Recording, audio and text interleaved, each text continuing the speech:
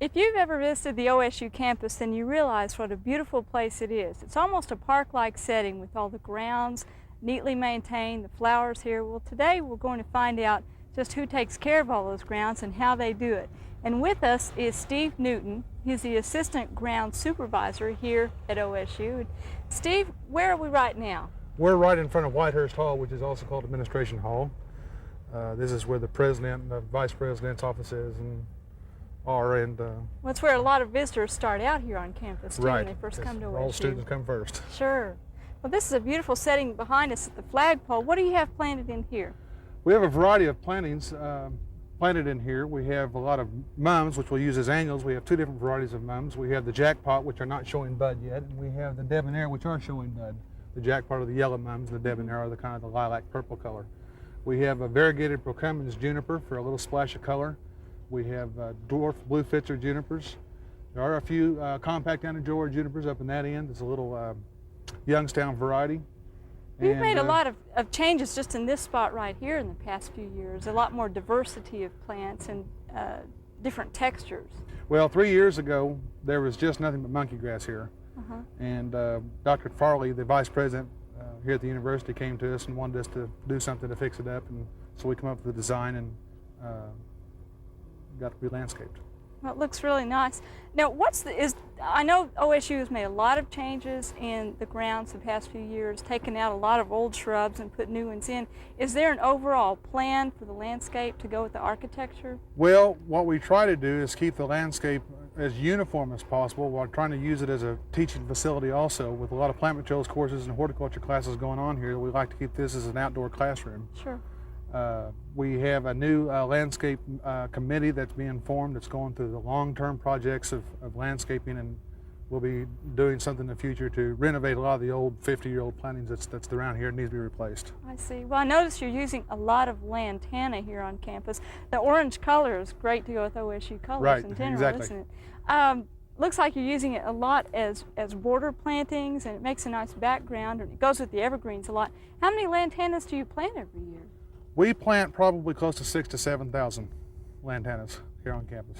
Well, that's a bunch. Well, I know it's a heat-tolerant plant. It's one that we've mentioned a lot here at OSU, and I guess you have another planting of it down in the sunken gardens? Down in the formal gardens, Let's yes. go take a look at that. Okay.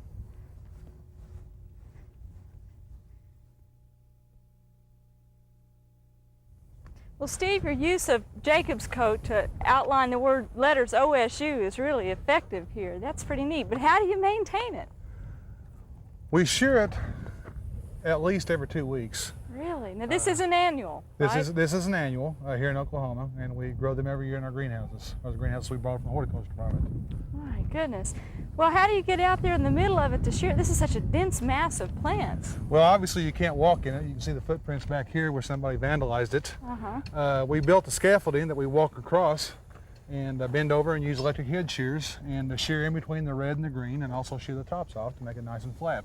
Oh, you've got to shear in here to keep them from growing together. Yes. That makes sense. Less than 2 weeks ago, these were sheared so they're about 4 inches apart, so you can see how rapidly they grow. My goodness, it really is a rapid one, I guess, especially in the late summer when we have a lot of heat and Well, humidity. we run a high fertility level in it also.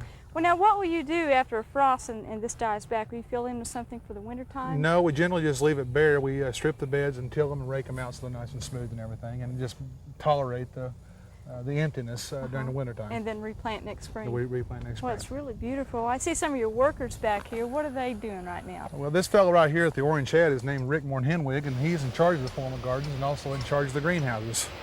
And he's fertilizing? Right now he's using a GWA injector, and he's fertilizing the mums with 500 parts per million of 20-20-20 fertilizer. Now I can see the blue water coming out. Right. That's a telltale sign. Right. Over here we have his assistant, Deanna Shatswell, and she's just grooming the plants and pulling weeds. Well, Steve, how many acres are you trying to maintain here on campus? Well, we maintain totally between 500 and 600 acres altogether. Good grief. How many people does it take to do that? Oh, right now we're running around 40 full-time personnel. Well, you've got quite an estate to maintain. We sure do. It's a big estate. Oh, it's really something. Well, over here in front of the time capsule that was put in for the bicentennial, you have an interesting plant that most people know as a house plant. You want to tell us about your use of this? Well, this is a Springer asparagus fern, and we came up with this as a nice, interesting grounds cover that people aren't used to seeing. Right. One thing that the superintendent of the grounds department, Mike Burnett, and I wanted to do when we designed the formal gardens is come up with something different. Years ago, all they used to plant in here was marigolds, Right. and marigolds and marigolds and marigolds. And now we've changed it so we have a nice variety, a nice assortment of a lot of lantana, a lot of Jacob's coat, a lot of mums, and just things for color that are really tolerant plants. The asparagus fern is very, very tolerant. It takes the heat very well, responds very well to fertilizer with a lot of growth and nice green foliage. We did run into a problem with the asparagus fern. One of our biggest problems here when this Stillwater, and I quote loosely the term soil, is it's very tight clay, extremely tight. And we had some on the other side of the time capsule that has drowned out. We've replaced them twice and they still drown out. So we've had a problem with wet feet. Well, this is not only a low area of the campus, but it's a heavy, heavy traffic area also. I guess that poses some problems too with drainage. Well, yes, it's very compacted. The gravel is about 12, 14 inches deep. Over the years, we've added gravel. We add gravel to it every year. And what we have to do, we have to counteract adding the gravel by adding more soil to the beds. Sure. And what we need to do is to pave the formal gardens with concrete. But that's a major undertaking that we just can't afford to do. Sure would be. Well, they really have done a beautiful job. The formal gardens here are a real focal point here on the campus, and it's a great place you might want to come visit. Another place on campus, a lot of you who may visit here have seen as you drive on the campus, is Theta Pond. And Ray's down there looking around. And I'm sure he wants to know the latest that you've done down there in landscaping too. Okay, we'll meet him down there. Okay.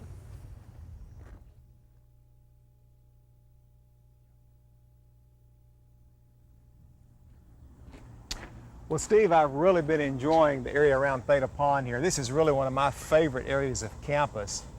I particularly like, I think, some of the changes that I've seen you making. The big old cypress trees, you've got some really great changes that have gone on here around the Theta Pond here. I know it's important because so many people utilize this pond.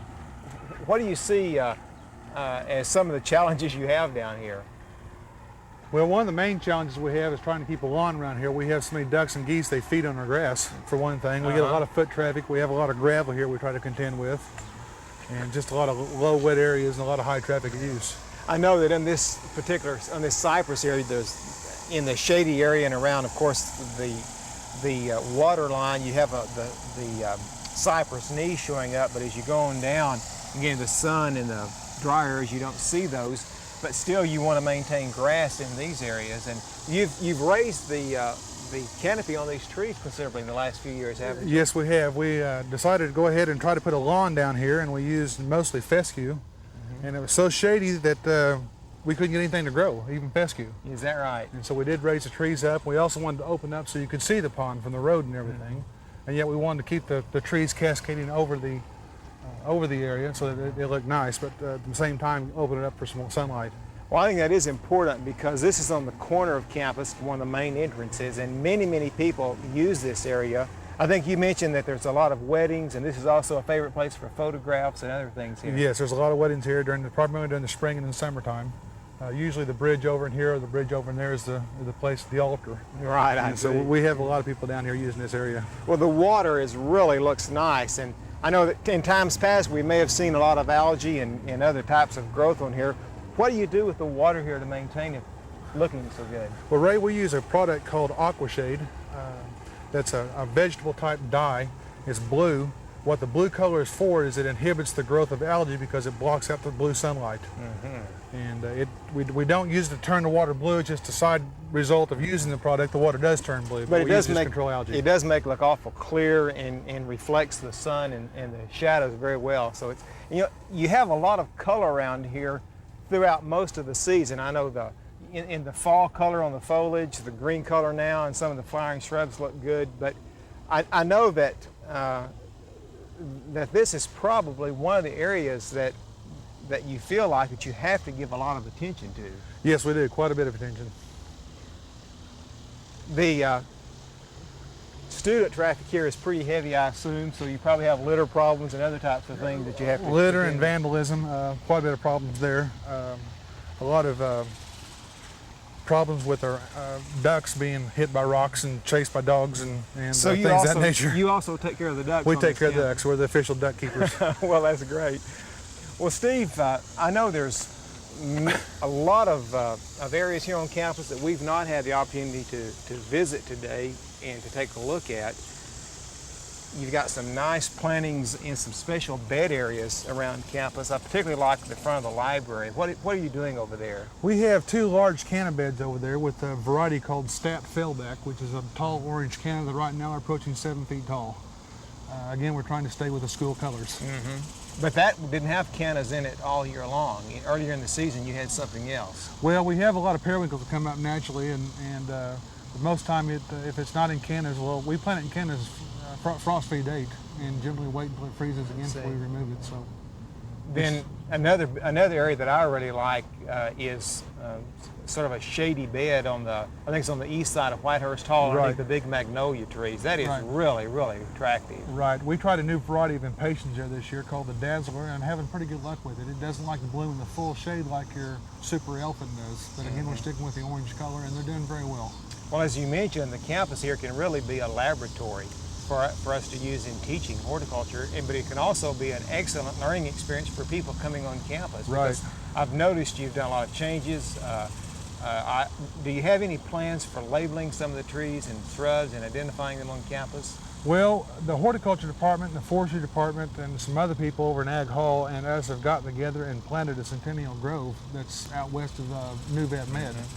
And those, I think, we have planned for being labeled and everything. I think right now, if the trees were labeled, that would probably mess up the plant ID classes and the tests they have here. I guess it probably would. So that's the reason you don't see too many trees labeled here.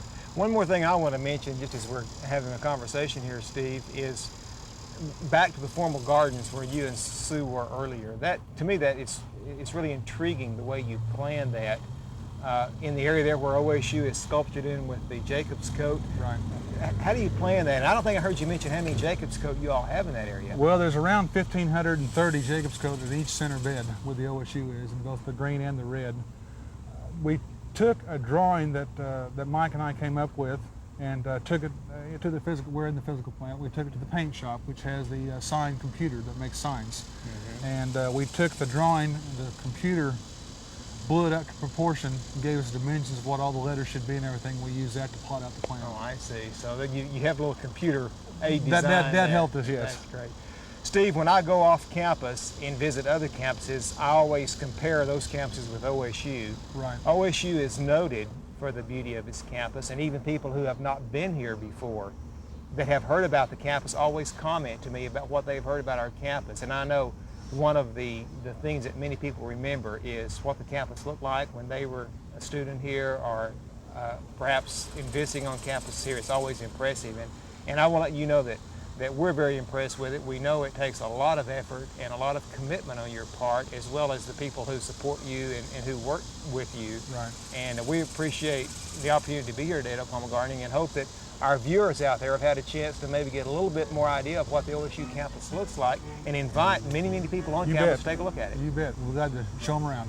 Great. Well, Steve, thanks very much. You're very welcome. And thank you for joining us today on Oklahoma Gardening. We hope you've enjoyed today's program, and look for us right here next week on Oklahoma Gardening.